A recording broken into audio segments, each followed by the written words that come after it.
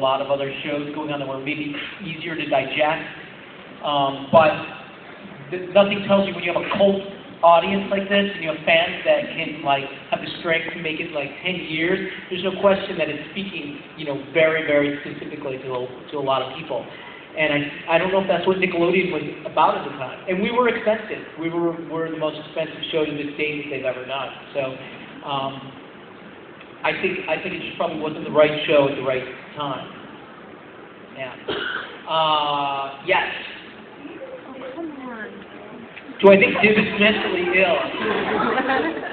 Well, I don't think Div is I think anytime anyone obsesses over any one thing, and some people might think that they're mentally ill, but I think he's, just focused completely on, I don't think he's any more mentally ill than anyone else on the show. I mean, otherwise I've got to like point to Div and say, look at him. Ber's completely out of his socket. So, I wouldn't say he's mentally ill. Yes. Do I believe in aliens? Mate, brother or sister? Yes. Do people think that you hate your sibling? Probably. Do you hate your sibling? Absolutely not. You love your sibling for the most part. So I would say neither of them really hate him. Yes.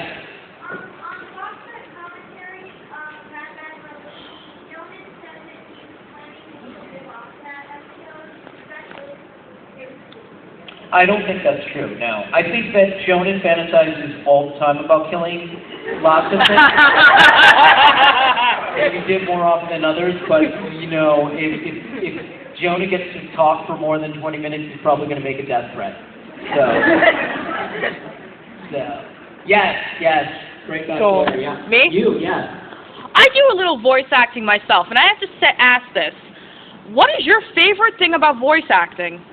Well, again, I'm probably different than most of the people that, from the show, in that I didn't do 100 different voices like Richard did. I was discovered by Jonan from an episode of Lois and Clark. I was an actor, not a voice actor, and I had done an episode of Lois and Clark where I played Xavier, actually Luke Lesser's illegitimate son, and Lex Luthor's illegitimate son, and he responded to something in that episode, that character of the voice, and he called me in. I wasn't auditioning for animation or doing voices, so he wanted to hire actors, and he liked my voice, and so my one and only experience doing cartoon has been in, but I came into it as an actor for a long time, and now I'm a writer, but yeah. Yes, we tried before, yeah. Mm-hmm.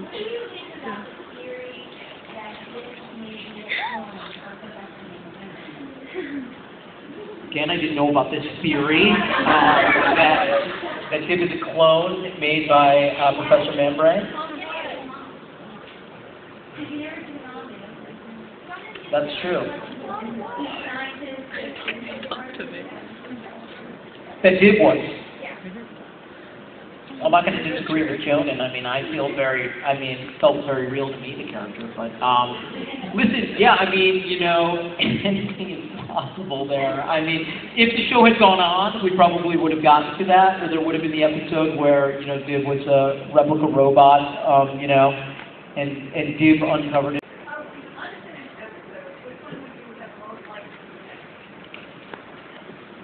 I love the one we read today, Mopiness. I like that. Is it Mopiness of Doom? Yeah. Yep.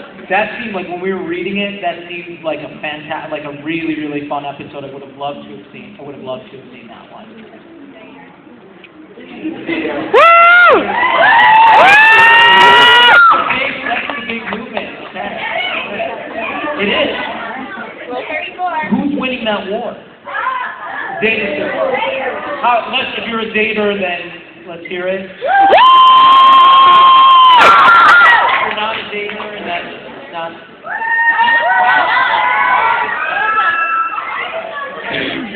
Yes, you right there in the center.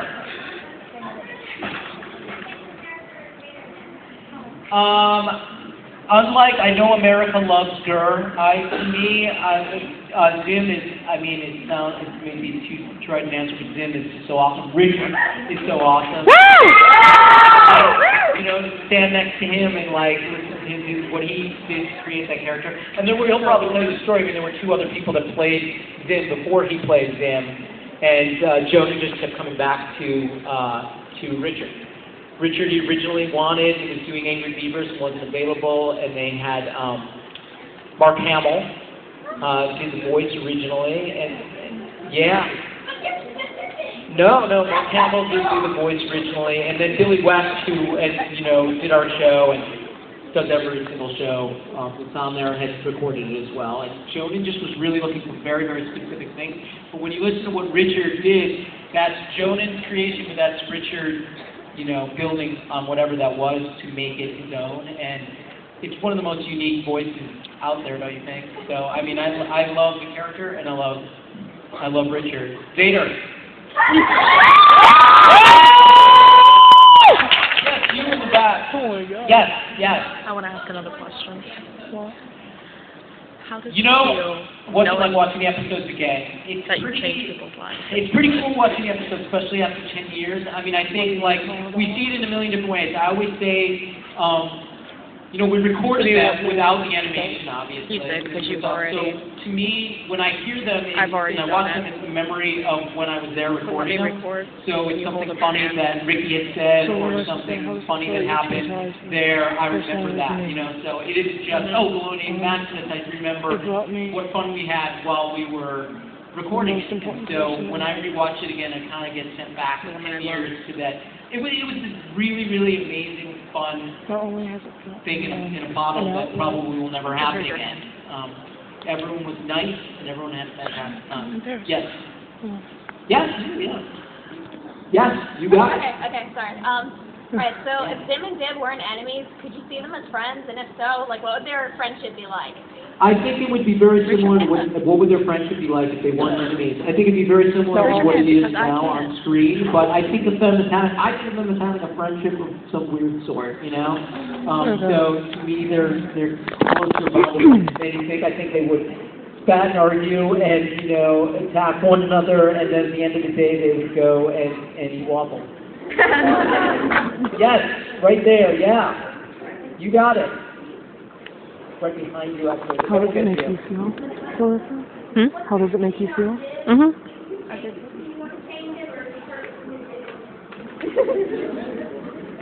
I love that you use the word divisionist. He's perfect. I mean, I don't think there's any. I think that the only sad part is that if the show had gone on, I mean, there were more adventures, more things he would have done, so the character would have grown even more. But part of what we love is that he stays the same in a way, and that, every time I finish an episode and realize that Dib doesn't, capture Zim or expose Zim, it was always a little bit of a bummer. But then you realize the show doesn't exist without that premise, obviously, we're just going to do it over and over and over again, where he keeps getting thwarted. Now you right in front.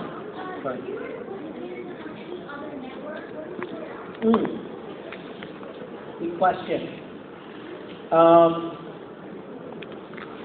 I would love to have seen Invader Zim on prime time, and maybe somewhere in the Fox lineup. I think that it really would have had a bigger chance of surviving. On a network. It has its own appeal and it has its appeal, but it really could have been even bigger, I think. Yes, you, sir, in the red shirt. Yeah.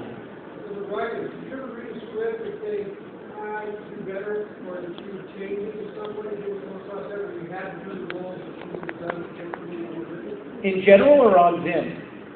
In general, in particular, but in general. I never ran into it on Zim at all. I went to NYU and I went to film school and I majored in writing, and then afterwards I went directly into acting. And so I wasn't writing professionally at the time that I was doing Zim, but Zim worked on such, again, I don't think you can't question Jonah, you can't, it wasn't my forte, I probably wouldn't have been the best Zim writer. What Eric did and what all those writers did is so unique that I mean, I have to say, in my career as an actor, I think that's why I was eventually motivated to write, was exactly that, was looking at it and going, this is terrible, this is awful, why did they do this? And then at a certain point, you have to put your money where your mouth is and say, well, if you think you can do better, then go for it and try to do that. But certainly not with Zim, because I don't know. I mean, I'm sure a lot of people out here have tried to write a Zim, you know, a fan Zim episodes, and it's tough. You know, I mean, it's. I'm just gonna let it. Yes, you, the girl right there with your. Yes, you.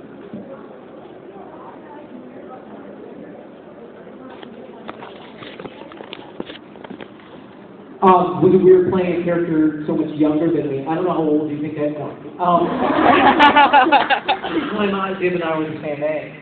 No, I didn't look at it. That, you know, I mean, that's the fun part of animation. That's the amazing part of animation that I discovered, and I wish that I did more of it. Is because acting. You know, when I was acting on camera, you can only play how old you are, how you look, how short or tall you are, you know, what you look like.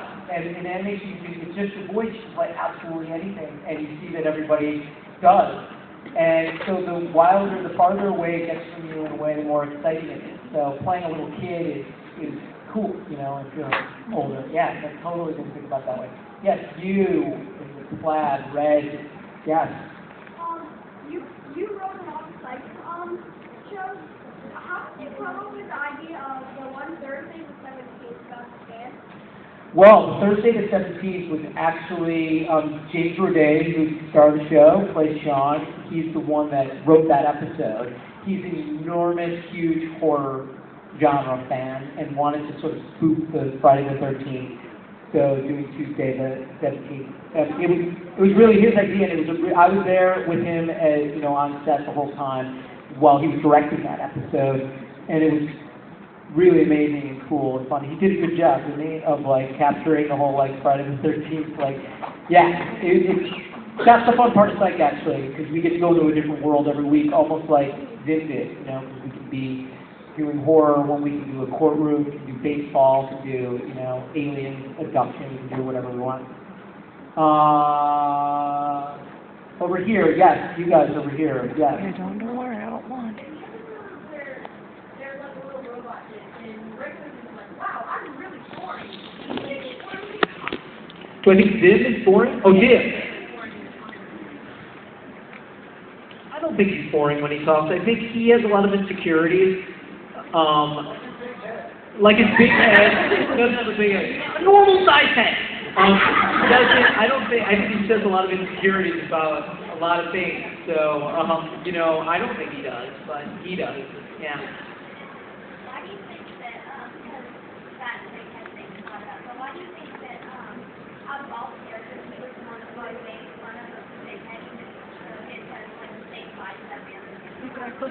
I think that Viv is the easiest target of all time, and basically anything they want to say about him, he's going to believe. You're going to make him irate, make him defend it, you know. So I think Jonan kind of had, that's the cool side of Jonan, of just like, what can we do to turn the screws into this kid, and it's maybe him getting revenge on you know, kids from before. But I think that anything they pick, I love the idea, by the way, that there's that whole big head thing. I love that there's like, I like when there's big stuff that like people know about, and like, you know, running. I love when there's a runner instead of running goes from episode to episode. Yeah. Yeah, sure. Jonan wrote an article about 3 years back that he relates a lot to Dib when he created him. Do you think that they're very similar? Well, I think that as crazy as Dib looks with the hair and the jacket and the T-shirt and the skinnier neck and the whole thing, I mean, you've seen Jonan, right? I mean, it kind of it's not that exaggerated. It's definitely in his image, you know. Personality-wise, too. Well, maybe I didn't know Jonan as a kid, but maybe more Jonan as a kid, not Jonan now, because Jonan is more Zim than he is Dib. But yeah, I always felt a lot of pressure actually doing it, because I knew that he felt the closest in a way that I could, you know. That is Jonan. He wears that jacket, he wears the long black trench, and you know, doesn't quite have the hair, but his hair is changing colors all the time. So you know, but yeah, yes, you. Whoever, no, you find it out between the two. It's up there.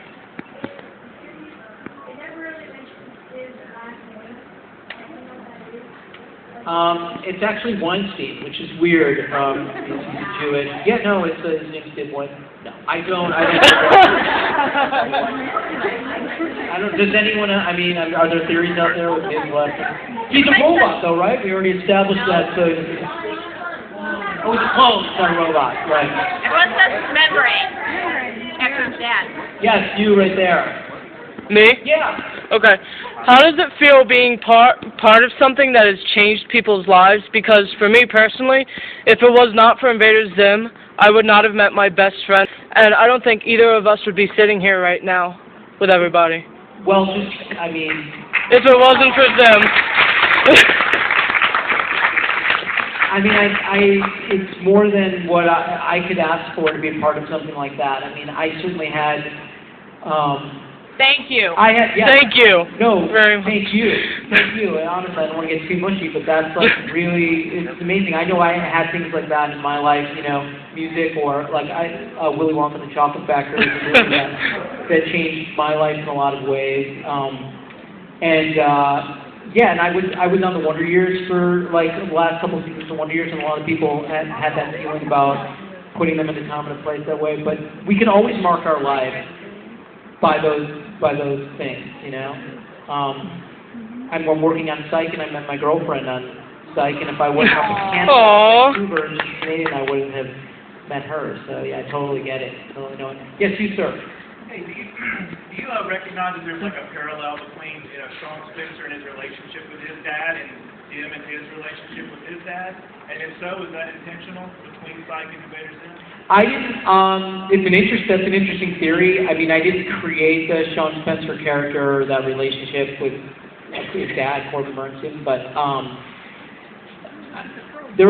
think anytime you're trying to do father-son, you're going to have crossover, you know, because it's always a complicated relationship. I mean, I think Div wants to please his dad the way that Sean wants to, and will he ever get that approval? Probably not. And then at the end of the day, you're probably absolutely right, because they're different people. Div's never going to be membrane, you know, he doesn't want to do real science, and that's not always, no matter how hard he tries to please his dad. And it's the same thing with Henry and Sean Spencer. At the end of the day, he's not his dad, he's not that cop, he's his own guy. So that's cool, that's a cool theory. Yeah. Everybody always talks about America hates Zim, America hates Zim. Why did we have to talk about how much America hates Zim? I mean, can't you save that for when Richard gets here, and then you can... No, I'm kidding.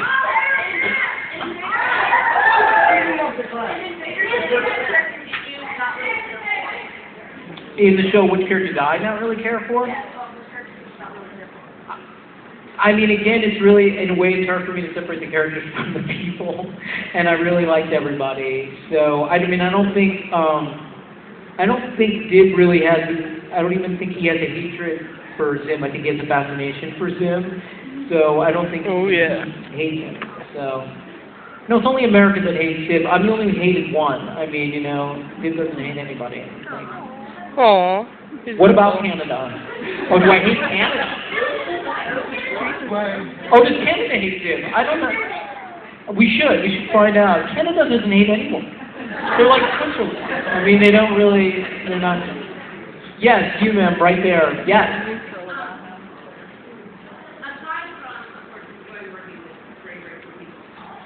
Did I say that too much and it sounds phony? Because it's totally real. Okay. Andy finally knows. Do you think that you enjoy the experience with them because it fits so well with your or that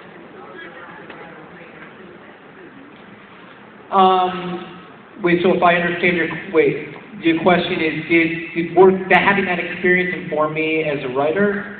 Or no, but that's not your question.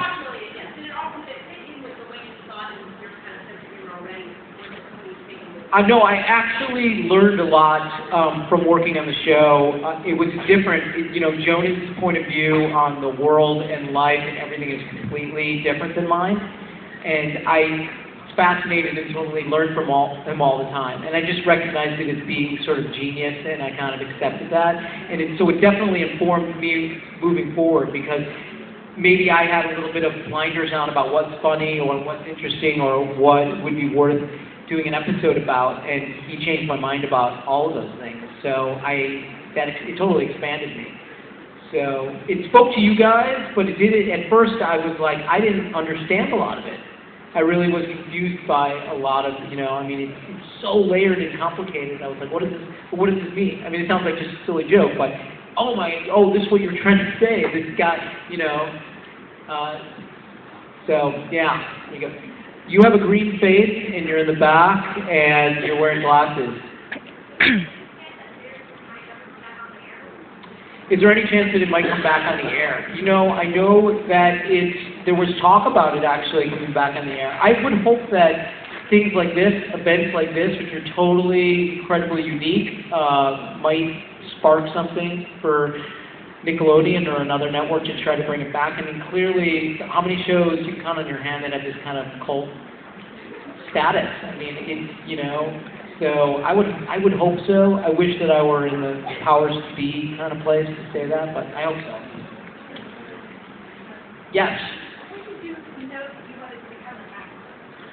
And a musician, and he turned my brothers and sisters and I all onto theater. We went to see a lot of plays, and I think I was hit by the bug after doing my first play, after the first show I did Pinocchio when I was a kid, and I had the most amazing time. I think the writing was on the wall. It was just a question of whether I would have the guts to actually pursue it and, forsake a lot of things to struggle through that and try to make it. But I always knew that's what I wanted to do, for sure. Yes. Yes. Do I identify a lot with this? Yes, I totally identify, because I think of Dib as an underdog guy, and I'm an underdog character, so I'm always rooting for the underdog, and I feel like the underdog. So I think that's maybe why I took it personally when it's like everybody hates Dib, because I was like, guy just wants to, he's trying to just do the right thing, Exactly. I mean, you had an alien in your class and you were the only one that knew. Come on. So, yeah. Yes. You. Yes. In the pink and yes, the alien. Oh my God, it has a voice. Your voice coming through that. Yeah, it's hard to talk. Did you come into working with Invader CON knowing that you're going to be doing voice acting for Dib, or was it kind of an audition for any character? And if it was, is there another character you were possibly hoping to do voice acting for? No, I mean, again, I think Jonan, I got the call. I wasn't auditioning for animation. I wasn't trying to do voice. I didn't have any kind of resume for that. He kind of found me. So I came in specifically for Dib. I think that's that was the only thing he would have been considering me for, was that voice. Now, during the history of the show, I would do voices every once in a while, other characters, and I forget what some of them are, but it was always, he'd throw me like a couple of things here and there. But I mean, he really liked the voice is similar to my voice in a way, and he just liked that sound. So I was hired just to do Dib. Yes. I feel like I'm not getting to everybody, and I'm repeating people, but yes, right there. First off, matter what you said. Okay, thank you.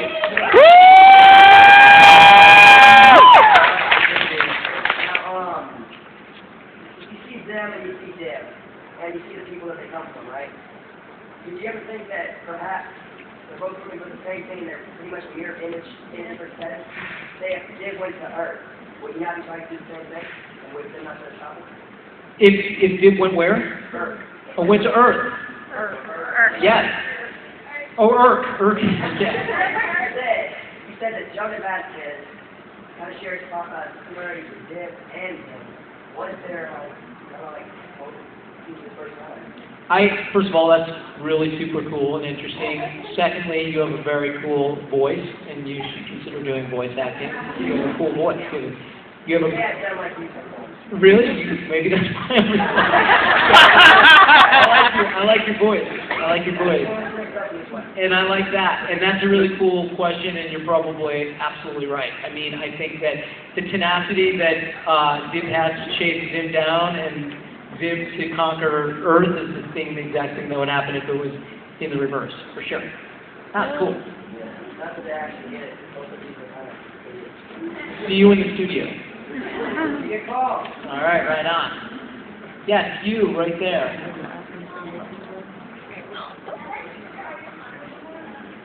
Say that again?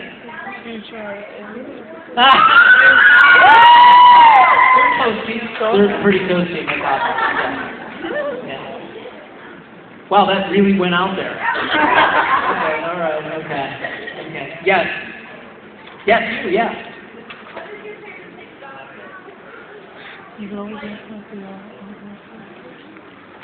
I think that Div never gives up. I mean, he's totally, every time, at every turn, he's thwarted and fails, and yet he comes back each time with the same kind of energy, and I'm going to nail him, and he just, it's as if it never happened again, and I will prove to everybody. I mean, he's really kind of a kid alone in the world, you know. That's why I think of him as the protagonist, but, yeah. Yes? Okay, I have a question on behalf of all of your fangirls. There's quite a lot of them. Okay. And, alright, so this is kind of a little weird, but it's seriously a question. Are you a merman? So this is a real question, am I a what makes you think I'm a merman, Mike? It's been floating around the internet quite a lot that you're a merman. Or, how you see the wall, human, or still are. I don't want to reveal too many secrets, because like, I don't know what the backlash from that would be if I did admit to being a merman, or having once been a merman. I don't want to bring that upon myself. I mean, maybe we talk later, and I can explain it to you, but it's complicated. Let's just say it's very, very complicated. Yes?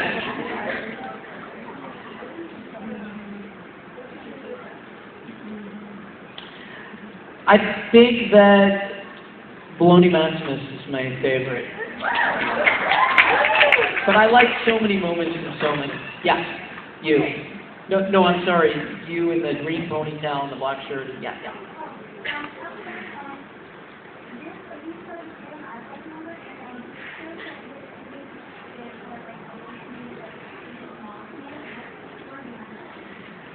That's what's the story behind Mothman and the swollen eyeball thing? I don't have the answer to that. We've got to, if somebody else does, somebody does.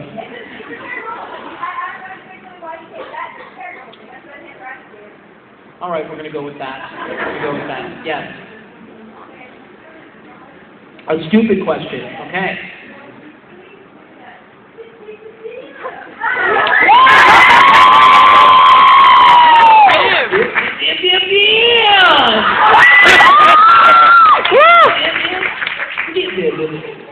Yes.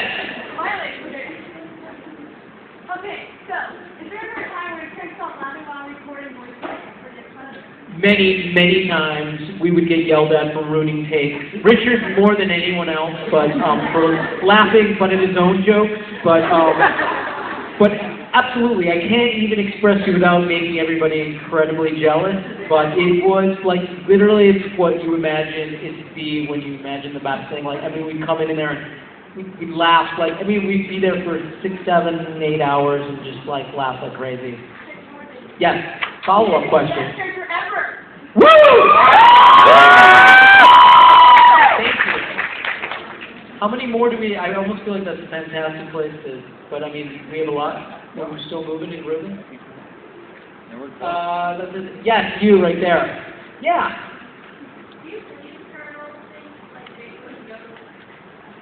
I sort of do. I mean, I have to say that, I mean, it's the same thing to the even question on the end. I don't know whether there are or not, but I don't know whether there are or not. And I definitely think there are weird, strange things working on other levels. So, I mean, I'm not a conspiracy theorist, but I do believe in paranormal stuff and the existence of a lot of that. I do. Yes. Me? Yes, because you're crazy, you're wild and shaky. Please, for the fangirls of ZADR, say I love you, Zim. Somebody recorded? Yes! I love you, Zim!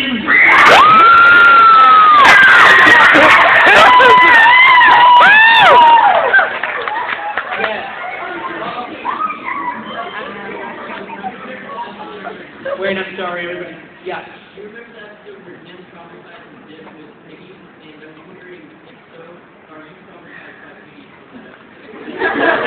Yes, I do, and yes, I was, and also I was.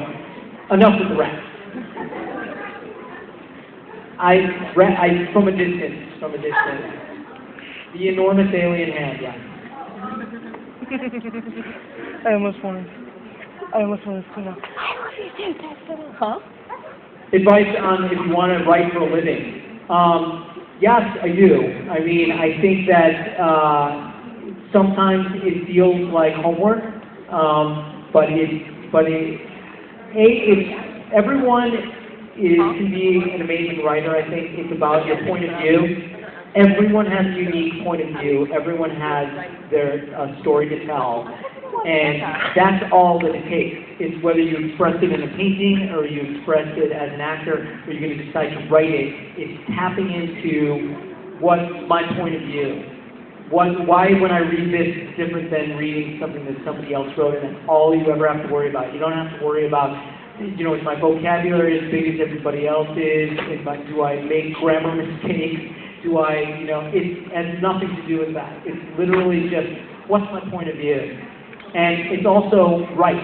Because the thing is, you can have ideas all day. Everybody has ideas. Ideas are worth zero. It's great to have an idea, but an idea isn't worth anything. You can't get paid for an idea in that sense. Write it. Put it on paper. And then when you say, hey, I want to be a writer, and someone says, oh, really? You say, here's my writing. Will you read it? Here's my fuller brush case of stuff that I can actually show you that's tangible. Not just like, I have this great idea, or I have 26 pages I wrote of this. Finish something. Write something and finish it and have it. And then you can rewrite it and do whatever you want, but it's like have something you can hold in your hand that says, this is what I want to do. Yes? Why wasn't there hand in your pocket?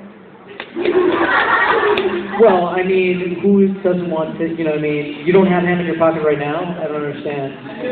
Yes, I do too. Yeah, because Jordan is crazy. He's insane, and you put ham in, that's like, you read that and it's like totally normal. Of course he doesn't have it in his pocket. Yes?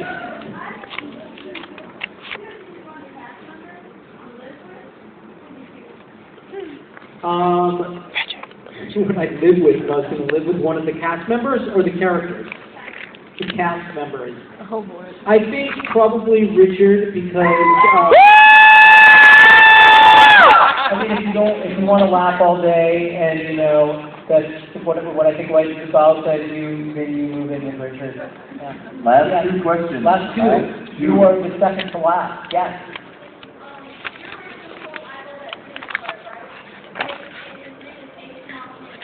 Yes, somebody has them.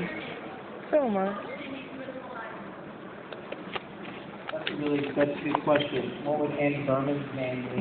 I think it would be Berman and the Tiny Eyeball. Berman and the Tiny Eyeball. Last question. Yes.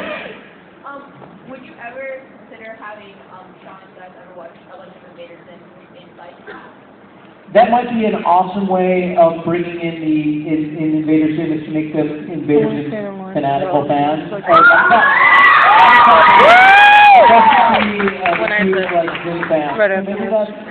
No, I'm going to 12, 15 minutes after, for sure.